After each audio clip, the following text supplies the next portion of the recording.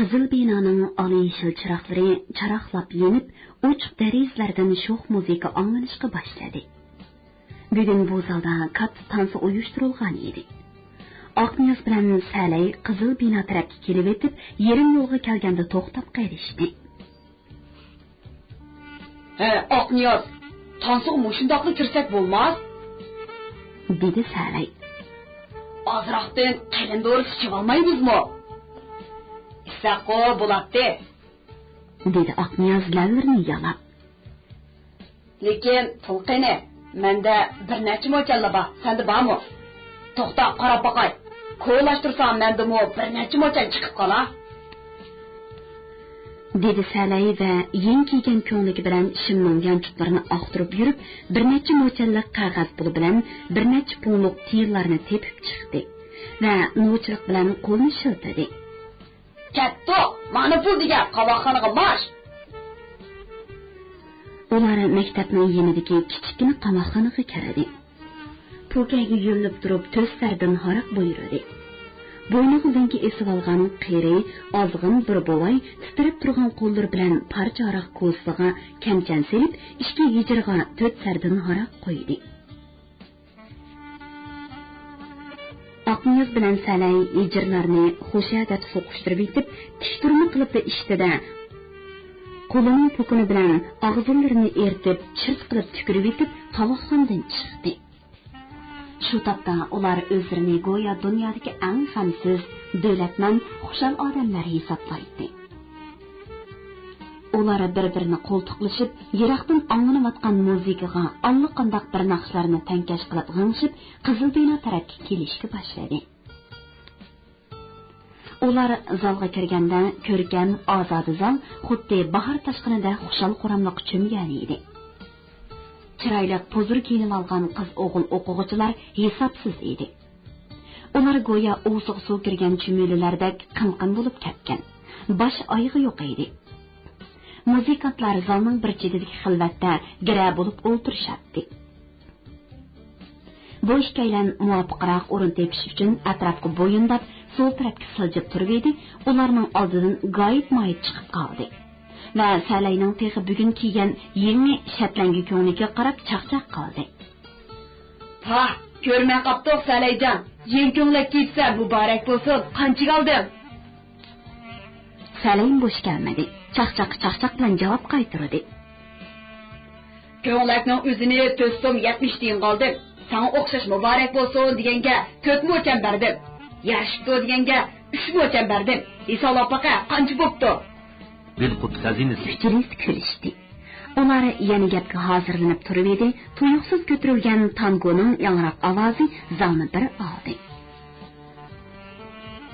Muzikaning sho'x, yaqinlik ritmi hammalarning vujudida bir xil qo'zg'atqich kuchga aylanib, ularni o'ynashga, sakrashga, tirqirashga undaydi. Zal birdanda jup-jup qiz yigitlarning mahorat ko'rsatadigan, sirdishadigan muhabbatlik so'riniga aylanib ketdi. Aqniyaz kimnidir izlaydi. Haraqning harorati bilan qizirib, texmi nurlanib ketgan ko'zlari zalning eng yiroq bo'lonlargacha tikiladi. U oxiri neriq tarafda birisini ko'rdi. Ko'rdi-yu, go'yo badaniga to'k tekkandek jig'idi bo'lib, yurak selib ketdi. Aqniyaz uningdan ko'zini uzmay tikilib turadi. Uning ko'z o'ngida jillanib turgan bu jalbkor qiz oddiy, lekin yarshimliq kiyimlar bilan rang-barang chiroq nurida texni go'zallashib ketgan g'unchi qiz edi. Aqniyaz asta-asta siljib, uning yeniga berib olish uchun muzikantlar bar tarafdan agib o'tib ketmoqchi bo'lib turdi edi. Nadindir elim g'ijak uni chaqirib qoldi. Aqniyaz, ber kelinglar, muhim ish bor. Aqniyaz amalsiz uning yeniga keldi. U muzik chirish navbatini bir garmonchiga o'tkazib berib, o'zi yenidagi notanish birisi bilan so'zlashib o'tiradi. Tunishib qilinglar Aqniyaz, bu kishi deb yenidagi odamni ko'rsatdi yelim g'ijak. Atoqli kompozitor Rajab Shodiy bo'ladi. Tansibarliqni anglab ketgan, ozroqda ishib o'tirdi. Aqniyaz Ataqlıq kompozitorning kostyum buruq yarashgan jo'g'i kichik, ammo tetik bastiga, salvarab turgan qo'yuq chechiga, oq yog'oq yuziga, har bir gap qilganda qosh ko'zlarini o'yintib qo'ydigan shahvoni qiliqlariga qarab bir narsani sezgandek miyiqqida kulib qo'ydi va bu kishining o'zini ko'rmagan bo'lsam-mu, musiqa asarlarini anglagan deb uningga qo'lini so'zdi. Bugun obdan tanishib qoldik. Mening ismim Aqniyaz. Bu bizning fakultetdagi namdar shoir. Dedi Helim G'ijak musiqa qepig'i yushirib qo'ygan bir butulka olma horqini elib etib. Mundaqdan yaxshi bo'ldi. Dedi Rajab Shodi yelkanlarini likildatib. Men musiqa yozaman. Siz she'r yozsiz. Toza obdan maslashqudakmiz. Rajab Shodining kayfi xush, o'zibek takallubchan edi. U Aqniyozni biqiniga o'ltirg'izib, yaqindan beri nimalarni yozganligi va yozmoqchi bo'lganligi. Aqniyozning o'ziga moslashib, yaxshi naqsh tekstlarni yozib berishini kutadiganligi to'g'risida og'zi besilmay so'zlab ketdi. Va so'z orliqida piyolaga to'shqizilgan haroqni va ayni chanqab ketgan o'tunchadek boqurib ichishga boshladi. Hararati azroq o'rlibidi, uningga agishib, mijoz xulqidagi zaif, suyuq yerlarimi oshkorlanishga boshladi. Endi u Aqniyozning yelkasiga gira serib, "Fuqa, o'zimning fikri" deb po etishga boshladi. "Siz she'rni yozing. Men musiqa deganni-chu, Chaykovskiydak, Beethovendek ishlab etaman. Olam hong-tong qoladi. Bir kechida bir mashhur musiqadan ha." Aqniyozning tishlari kirishib, g'ijiq kelgandek, badani tikanlashgandek bo'lib ketdi. Oxir u baya bu kompozitorni ko'rib xiyoliga kelgan bir gapni po'soqqida aytibdi. "Aka, she'r lozim bo'lsa men yozib beray. Lekin siz odamning yuragiga tekkidek biror mo'nliq musiqa ijod qilib baqsangiz bo'lmamdi. Tarım naqsi, dostluq kuyi, san madiya degan musiqalaringiz sapla, g'ildir, dastiki dastak, shodastak degandek mungsiz, ta'sirsiz musiqalar. Ammo hozirgi turmushimizning o'zi mung tursa, sizning musiqatlik hujayringiz buni sezmamdi. Yaxshi musiqa, yaxshi kuy odamning yuragiga ta'sir bilan alamni oladi, hayotni asraydi. Rajab Shodining aroqning ta'siridan uch burchak bo'lib qisilgan ko'zlari bu gap bilan tang dingida chekchiyib, esilgan yuzim o'ngib, alapasoq bo'lib ketdi. "Ey bola, nima da'vatsiz? Siz nimani bilasiz?" dedi u va ayni quyruqiga no'shidil qistirilgan eshakdek tishjanshib. "Mening musiqalarimga til takkizgan odam tuzkor bo'ladi, jumo. Sizda ozroqmi musiqa tuyg'usi degan narsa yo'q ekan. Bilamsiz, bilmasangiz bilib qo'ying. Mening musiqalarimni anglagan odamning o'lgan hujayraları tiriladi, o'layotganlar bo'lsa yashiradi. Mundaqda bilmay qopdi." dedi Aqniyoz tani orlashib kulib. "Sizning musiqalaringiz aslida haramning zamzam suyi, jannatning mehriga yot ekanda?" "Ha, bali, shundoq desangiz bo'ladi." dedi Rajab Shodi qo'llarini egiz tashlab. Aqniyoz ichida kuldi. Kulgandimi bundaq o'zini bilmagan hamoqat odamlarning orsizligidan bezor bo'lib, nafrat bilan kuldi. Agar shu chog'da Helim G'ijak Rajab Shodini chaqirib qolmagan bo'lsa, bundaq uyatsiz po etish bilan ochiq kinoya, masxirlar xeyli davomlashgan bo'lardi. "Sizga talab kapti Rajab Shodi", dedi Helim G'ijak uni o'rnidan turishga ishorat qilib. "Bir ishga naqsh aytib bersin debdi." "Chataq yo'q, naqshda olib turalgan yigit biz", dedi u ko'ramlik bilan zaldagilarga qarab. "Do'ttar bormi?" "Bor, mana Xazinasi." Rajab Shodi naqshlik do'ttarni qo'liga oldi. Bir ba'z sozlab tiranishib, ondan Helim G'ijakka qarab shivirladi. "Qaysini aysan bular? Konusimi, yansirimi?" Helim G'ijak bir narsa deguncha, uning yonidagi garmonchi javob berdi. "Yaxsini ayting." Rajab Shodi uningga yer ostidan olib qo'yib, xiyoliga tuyuqsiz kelgan bir naqshining pausini uradi. Uning ovozi xirgay edi. Shuna naqshini bo'g'ilib turib varqiraydi. Bulbullar sayrisa gulshanlar ora. Keldimi yayrim deb seni so'rayman. Amriqim ishqingda ko'ygan yoringman. Talmirib har tongda yo'lga qarayman. Vals ahangida o'qilayotgan bu so'zilni naqshiga tankash qilib, tansiga tushgan bir necha juft qiz yigitlar maydonda larzon pirqirashga boshladi.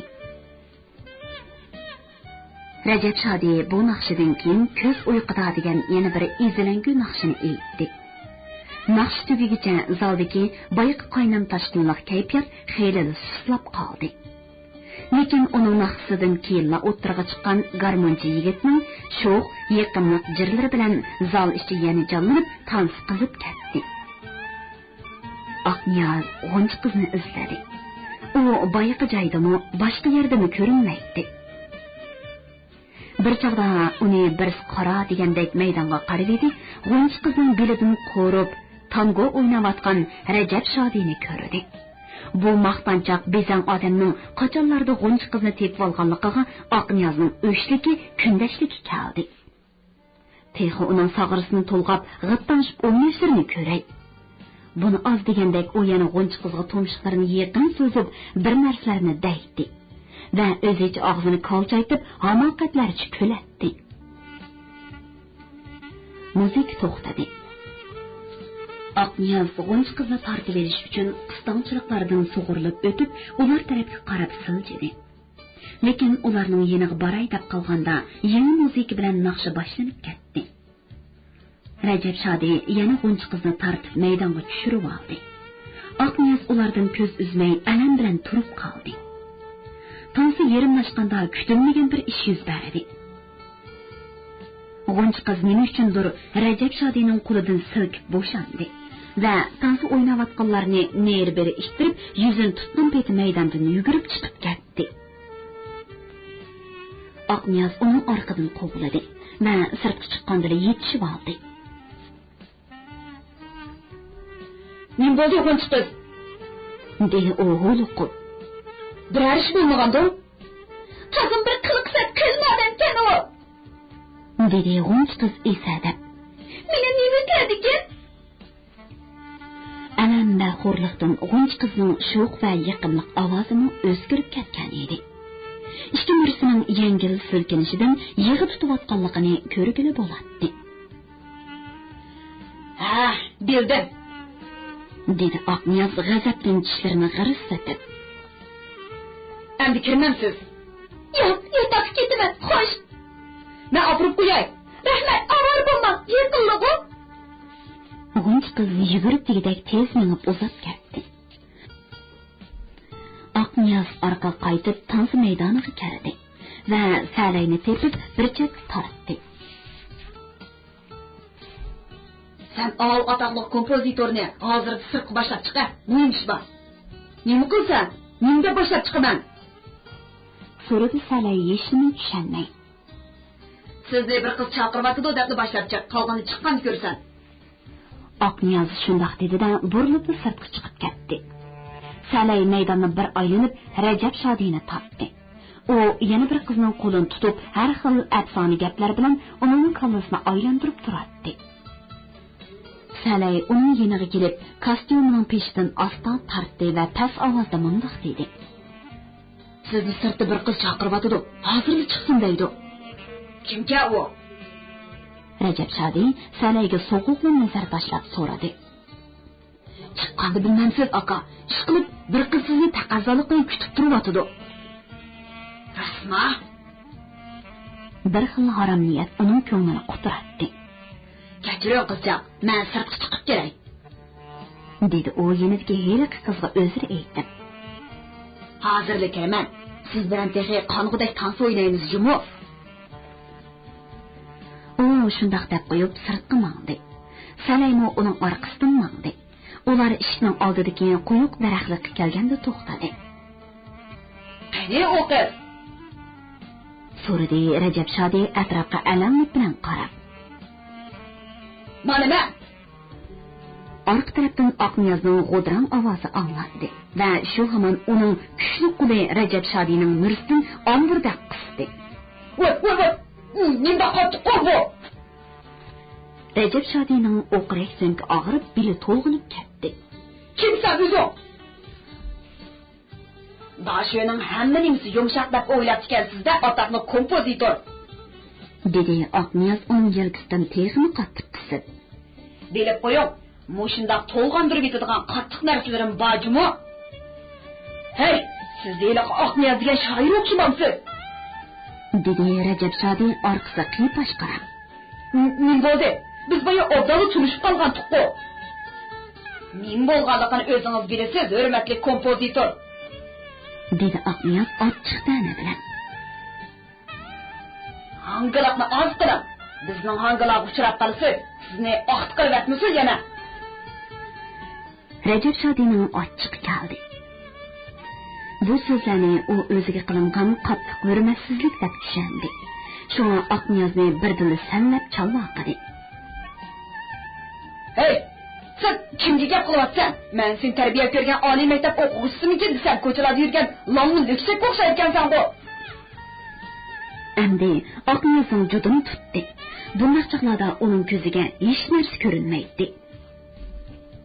Tarbiya ko'rgan odam sendek bo'lsa, aftingilana. Tarbiya degan nechta xil bo'ladi bilamsan? Mao tarbiyaning bir turi. U shundoq dedi-da, g'azabdan cho'kilgan mushti bilan Rajab Shodining og'ziga birin soldi. U 2 metr yiroqqa qonqib berib, panoqqa yiqildi. Voy deb o'rnidan turmoqchi bo'ldi, og'zini tutgan qo'liga issiq bir narsa tegdi va shu hamon besh pirqirgandek bo'lib, yana joyida yetib qoldi. Aqniyoz yana uning yeniga berish tamshirib edi, Salay darhol qo'ldan tortib, yotoq tarafga elib mangdi. Tansi maydondan ko'tarilgan sho'x musiqa bilan yiqimliq naqsha ovozi xeyli yerlargacha ularning orqasidan laylab keldi. Ay to'saydi yuzini, yulduz qisar ko'zini. Kimdir menga talmurib, yo aytmaydi so'zini. Anglavatqaninglar Bili Qutoridan anglatilayotgan ovozliq asarlar sahifasi. Atsi Aqniyozni nas bosdi. Rajab Shodi o'ch elish uchun uningga esini oldi. U yiqi maktab qo'g'dash bo'lim. Bu yiqi ilmiy boshqarmoqchi arz qilib, uningga chora ko'rishini talab qilib turib oldi. U qo'l yog'lig'iga o'rib olgan 2 dona qon yo'q tishini udu kelganlarga ko'rsatdi. Bilqut xazinasi. Mana qaranglar, Aqniyozga dukchak 2 tishimni sundirib atdi. Inovatimni to'kdi. Ko'latasi. Deb dadxo'rlik aytdi. Bu ish havas baxti bilan Zoyidga bo'lib berdi. Zoyidning gulqaqalari echilib ketdi. U endi Aqniyozni yonboshqa elishning payti keldi deb o'ylab, yo'qir tövanda uning ustidan yetkuch shikoyat qilib qaralashga boshladi.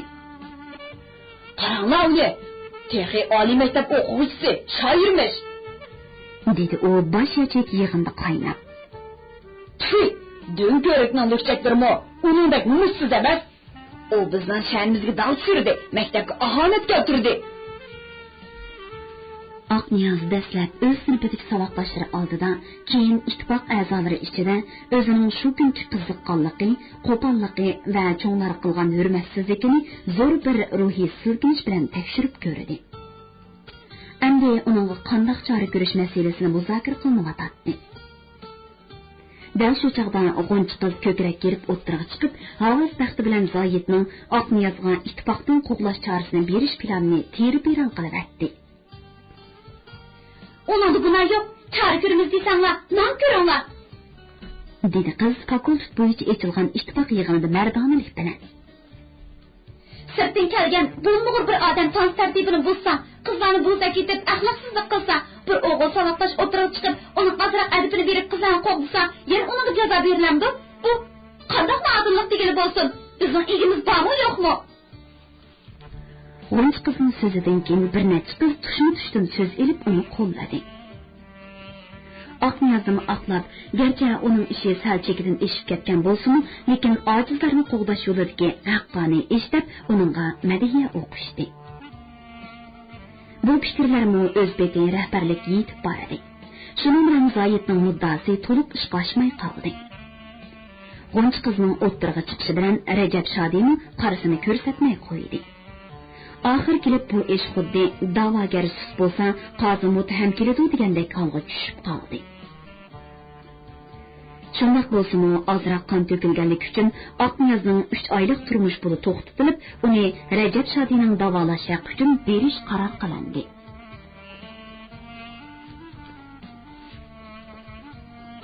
Maktab bo'yicha echilgan vaziyat tarbiyasi cho'ng yig'ini uzoq davom qilmadi.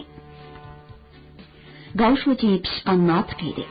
Uning so'zida uzundan uzunga so'zilgan vaz-nasihatlar, quruq chaqiriq, ulug' shuarlar yo'q edi. Bunday katta so'rinlarda u hamisha ixcham, meg'izliq so'zlaydi. Uning so'zlaridagi samimiy pozitsiya, cho'nqur ma'no, jonli qizg'in fikrlar anglag'uvchilarni ixtiyorsiz o'ziga ram qilib oladi. Bugunmi u shunday ta'sirlik va hayajonli so'zladi. Xalqaro vaziyatdan tortib ichki vaziyatgacha, maktab vaziyatidan tortib navbatdagi qiyinchilik ahvollargacha bo'lgan shunday ko'p va murakkab masalalarni u shunday ravon ham tushunishlik, shunday oddiy ham yumorlik qilib so'zladi. Gavshoji 1 soatga yaqin so'zlagan so'zining oxirini mundaq samimiy umidvorlik bilan tugatdi. Bir elga nisbatan aytganda milliy jasorat bo'lishi kerak. Bir shaxsga nisbatan aytganda vijdoniy jasorat bo'lishi kerak. Bundaq jasorat bo'lmasa, qiyinchilik davrining o'tgani bosib o'tkili bo'lmaydi. Yo'ldasha, bizni harbiy tantanalari emas, balki texnik jafoliq kurash tantanalari kutib turibdi. Shuni biz ishonch bilan aytamizki, vaziyat yaxshi, qiyinchilik oz emas, istiqbolimiz porloq. Yig'in uzoq so'zilgan guldiras olqishlar bilan tugadi. Dastlab o'qituvchilar, ondan o'quvchilar zaldan chiqishga boshladi. O'pir-to'pir qistongchilik va taraqturuqlar 10 minutdek davom qildi. Zalda eng oxiri 7-8 o'quvchilar qoldi. Buning ichida Oqniyoz, Salay ham g'oyib moyitlar bor edi. Ular taraf-tarafga tarilib, o'rindiqlarning oralarida tinsiqlab, o'qituvchi xizmatchilarning boya chekib tashlayotgan tamaki qoldiqlarini terishtirib yuratdi. Ular tez, abjil harakatlar bilan o'rindiqlarning orasida bosh ko'tarmay yurib, birdanda biror changaldan tamaki ko'taklarini terib oldi. Bugun tamakidan mo'l sul oldik, dedi Salay zaldan chiqib etib. Jirola, o yerga berib, tamga yo'linib turib, bir ishkini chekishib olaylik. Ular zalning orqa tarafiga o'tib, tam tüviga zo'ng'aydi. Har qaysi o'zini oldiga qo'l yog'liqini yeyib, ustiga changaladagi tamaki ko'taklarini uvashga boshladi. Uning ichida ochiq ko'k tamakidan tortib, qonsiq papirosgacha bor edi. Bu shundoq yig'indan haftir bir qatim echilib tursa, bizmo tamaksiz qolmaydiganmiz jumu og'iydilar. Dedi G'oyib Mayib qo'l yog'liqidagi tamakini dangsab ko'rib. Pah, nim degan mazzilik, nim degan xushpuroq. Dedi Salay yengil urg'an tamakini rohat bilan ichiga sho'rab. Buning ichida oliy sortliq modandan tortib, laza chayzining yog'chini qo'shib yasagan to'shqong'ich bor ekan emasmi? Abjash degan shu. Dedi Oqniyozmi tamaki urab etib. Chet ellarda abjash aroq ziyofati degan ziyofatlar bor ekan. Bizmi bugun abjash tamaki ziyofati qildik. Salay tamakini chekib bo'lib, cho'nqur xiyol bilan o'tirib qoldi.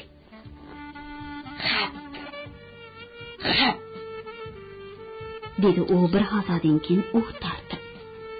Menmo kadri bo'lib maosh olaman. Shu chaqda har oylik maoshimning bir qismiga biror tag'ar tamaki elib, ishxonamning, uyimning bir bo'lug'iga tishlab qo'yib, kirib chiqqan har qanday odamga oldi bilan marhamat, biror tal chekib elim, tamaka, qog'oz, sarangimandan faqat shukrukli o'zingizdan deb xohlagancha tamaki chektirib, mushkullarimni ko'paytirib, g'azon qo'shib chekkan yo'qsulliklarimning bir uchini olmasam, hargiz puxadan chiqmayman. Salayning bechorlik, noto'g'rilik bilan aytgan bu so'zlari shu topda Oqniyozg'imi, G'oyib Moyitg'imi o'rtaq edi.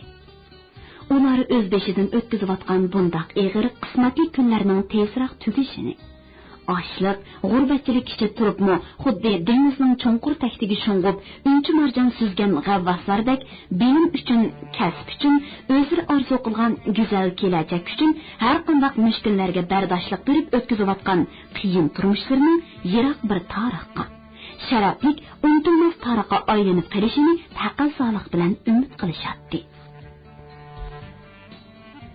Ular yana tamaki o'rdi.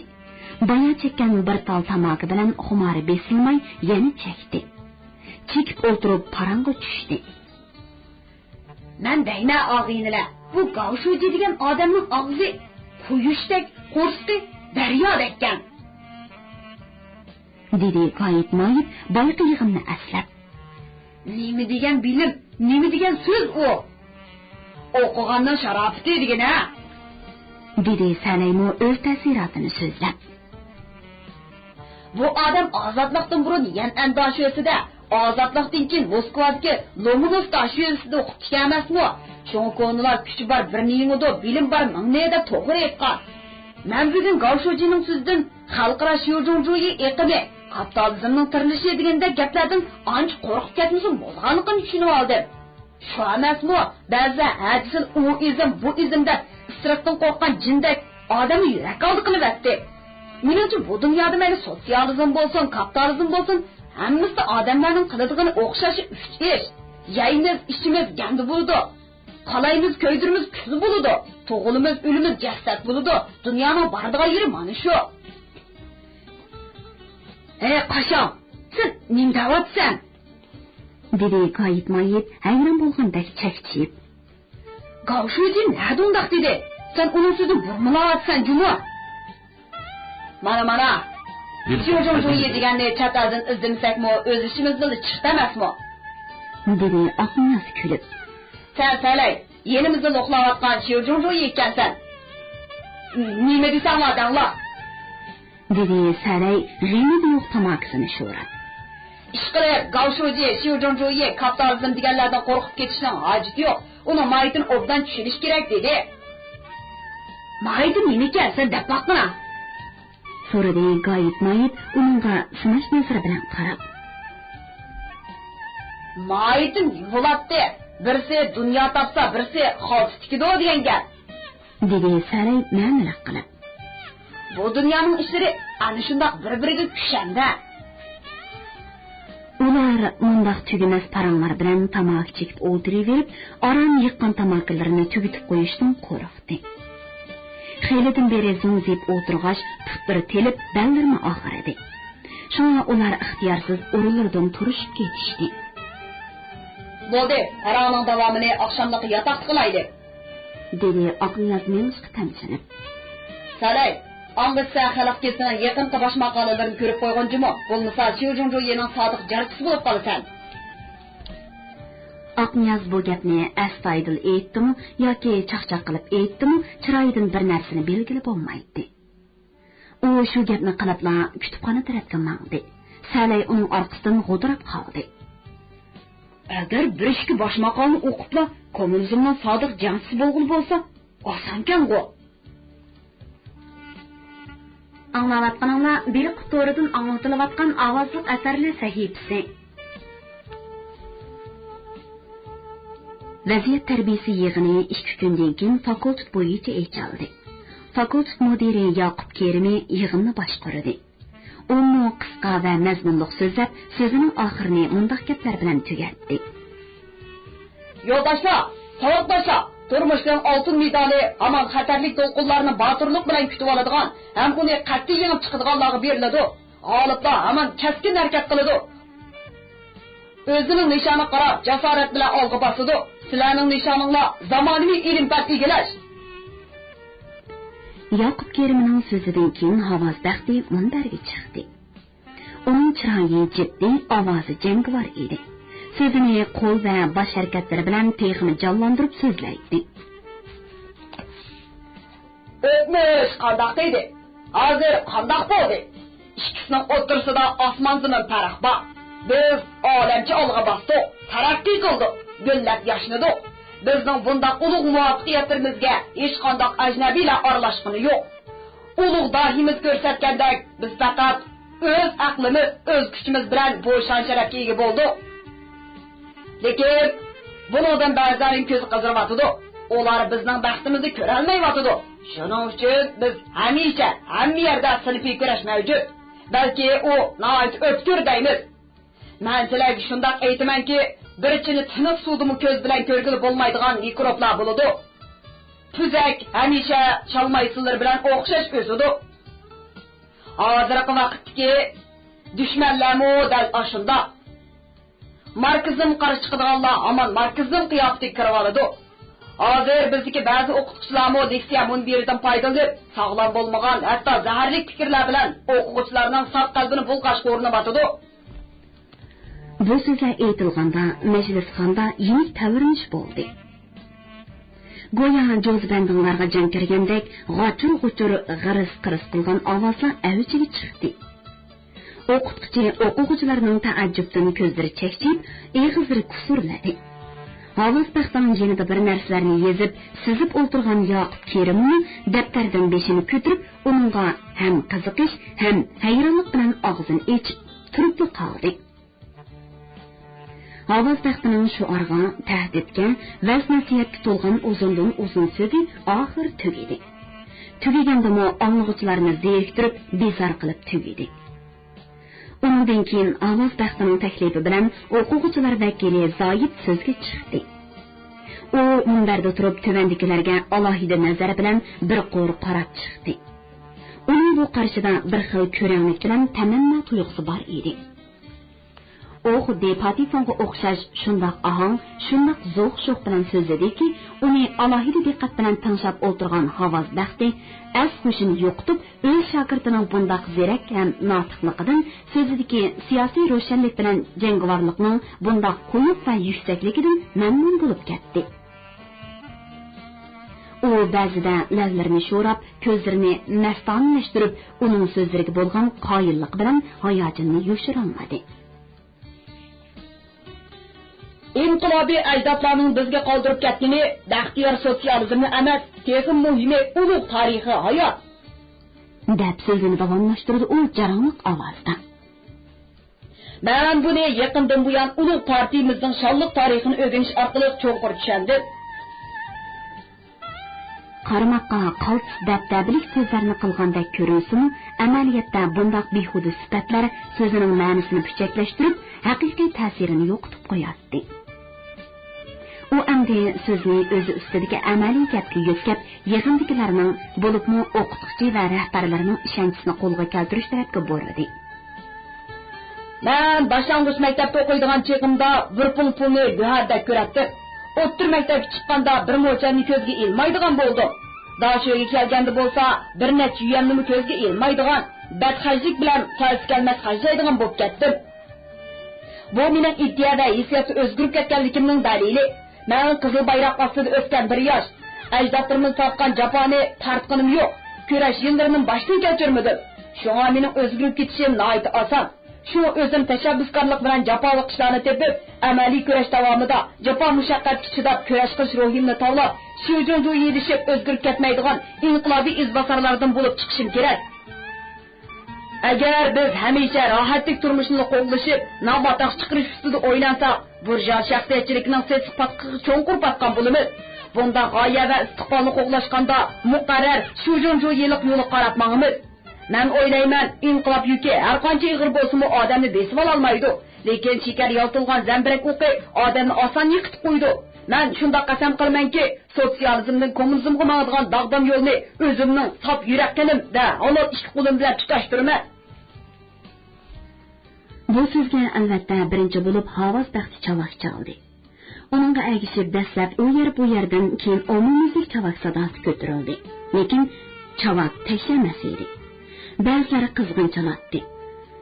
Ba'zilar bo'lsa xuddi olqinlarning qichqini bosmoqchidek qo'llarini uzib urib qo'yadi. Yig'in tugagandan keyin Salay nima uchundir eshik tubida Zoidni saqlab turdi. va bir necha o'quvchilarning orasida qo'llarini arvon sarvon qilib so'zlagunicha olchang minib eshikka kelganda Salay xuddi tulumdan to'qmoq chiqqandek. Yaxshimisiz, Zoyit sho'ji? dedi kun odati bo'yicha yelkanlarini qisib. Adash, bugun ajabmi qaltis so'zlading. Voy, ajoyib tahlil. Ulug' muloyiz bo'ldi degina. Lekin burja shaxsiyatchilik to'g'risida gaping taza joyiga tushmay qoldi. Qanday joyiga tushmay qoldi? So'radi Zoyitning yemidagi hamriyi ajablanganda qoshlarini uchirib. Qanday densan? Shaxsiyatchilik degan kimda yo'q? dedi Salay qo'lini shiltib. Kishi desa, lavi yumulmaydi. O'zimda taqa, lekin bir-bir bilan yemishib ketadi. Har jinidimi shirnisi yo'q dega qo'lmaydi-da. Zoyit Salayning qasddan qusur izlab, eg'izda uchirgan bo'lib, amaliyotda yerga urayotganligini sezdi. Va ko'nining dardi biroqli qo'zg'ilib, javg'aylardan tukurik chashirtib, javrab ketdi. Salay, sen qachongacha mening so'zlarimda qusur, ishimdan ilan izlab yursan, bilib qo'y. Sening bundaq tetsiz gaplaring tul anglab, ho'l bo'lib ketganman. Sen o'tgan kuni bir muncha qiz o'g'illarning oldida meni taptatmasdin. O'g'it shoiri debsan. Sen bak, azdingdan eshib ketding Salay. Men rostli shundoq dedimmi? Bu gap og'zing qandoq patdi? Demaychi, tatmaychi. dedi Salay parvosizlik bilan uni texini echitib. Bilqut xazinasi. Sening shuncha uzun misralarning qisqa-qisqadan gezlab petvarsa, meni uncha gapim og'zimga patmamdi. O'g'it shoiri degan ismni men sen qo'ymadim, o'zingga qo'yding. Nima ish qilamsan? Har yil bahor va kuz kelish bilanla xuddi kamodan jonlanib chiqar, o'pibdak, butun gazet jurnallarni olib qo'ymay, bo'y va o'g'itchilar naqsi, o'g'it va bashaq degan she'rlar bilan to'shqizsan. Buni men yozdimmi? O'zim tashviqot. dedi Zoyit jini bo'lgandan tishlari kirishib. Salay bo'sh kelmadi. Addalli, meningmi tashviqot? Faqat shakli o'xshamaydi. Birsi gazet orqali, birsi eg'iz orqali. Bo'pti Zoyit, xop bo'lgan bo'lsa, buni dekisini o'g'it shoiri demay. Pushkin ishtiday, bo'landi. Desam bo'ldi. dedi Zoyit qilch xijil bo'lmay. Pushkinning bu bir beshba odam o. Faqat u Moskvada yashagan, men Urumchida yashayapman. U rus, men uyg'ur. Farqimiz mana shu xolos. Qara Zoyit, tattatmay davolgan gapingni, yuzing azroqmi chimildimadimi? Sening farqing faqat ikki millat bo'lganligidimi? Bilib qo'y, Pushkin degan o'z ijodi bilan Rossiyada haybatlik Babul munorini tiklagan odam. Sen-ku, sen Urumchida emas, Oltuy qulqidagi yurtingda bu kishilar asigdek biror mazar turg'iza olmaysan. Topgan pulingga qog'oz, qalam, siyosat edib, kun bo'yi ishni taqab yozsam-u Pushkinda Qizil gul degan she'rning bir misrasiga tankilaligidek she'r yozolmaysan. Chunki uning she'rida o'g'it turqi yo'q. Zoyitning jon peni chiqib ketdi. Ko'zlari chekchiyib, burnining uchi qizardi. U alamdan yerilg'idek bo'lib, Salayga hurpaydi. Lekin jil bo'lgandan og'ziga gapni kelmay, duduqlab qoldi. Sen zuvandas qasham, odamga choyondak zahrini tutma, ifloslarni chiqar. Salay puxadan chiqdi. Uning terkib jili bo'lib, o'ti tashqidek hol kelib qolganligidan xushal bo'ldi. Ajab topladim ha, deb kulib rohatlandi. U uzundan beri Zoyitni ashundoq parishon, noxush holda ko'rishni orzu qilgan edi. Chunki uning kundan kunga dimig'i o'sib, gidib ketayotganligi, gapsiz munosabatlarning o'zgarib, yerda mangaymo, osmondamo degandek ko'ran holga tushib qolganligi Salayning zotli ko'ziga sig'may, ko'nglida bir xil nafrat va noqoyillik tuyg'usini paydo qilgan edi. Shu taqda uning o'ziga iqtidor qilib, g'ujmat bo'layotgan bir to'p yaqinlarining oldida ashundoq o'sal va bechara holga tushib qolganligi Salayni haqiqatan xushal qilgan edi. U maqsadiga yetganlik uchun endi so'zning tamomini darhol bo'shatdi. Ketib o'tib, chaqchaqa yo'ligandek mundoq dedi. Zoyit, adash, sen uyg'ur tillashdan boshqani bilmay ekansan-a? Seni Nyu-Yorkga olib qo'ysa, kimlikni raso bir tillab xodim chiqib kelsan bo'g'ida. Zoyit boyiqib chekchaygan, hurpaygan holda turib qoldi.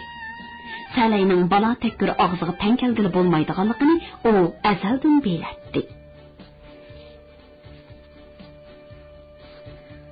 Havas taxtining quluqi shundoq sezgir ediki, o'zining badanidagi tomirlarda eqiyotgan qonning shuruldishini, dolqinini anglay olaydi. U mana shu tug'ma sezgirligi bilan yaqin orada maktab rahbarlik qurilmasining tangshildiganlik xabarini bilib oldi.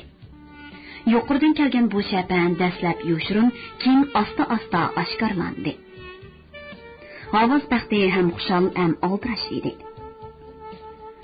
Uning xushalligi bu qitim jazman o'z iqtidorim va salobatimga loyiq amal toji kiyman degan shirin ta'ma edi. Aldashligi bo'lsa, bu qutlug' ish uchun qandoq sovg'a taqdim qilish halakchiligi edi. U o'yla oxir bir yo'l topdi. Darhol bir parcha maqola yozib, gazetda e'lon qilish kerak. U ham o'tkir, ham davr iqimiga mos bo'lishi kerak.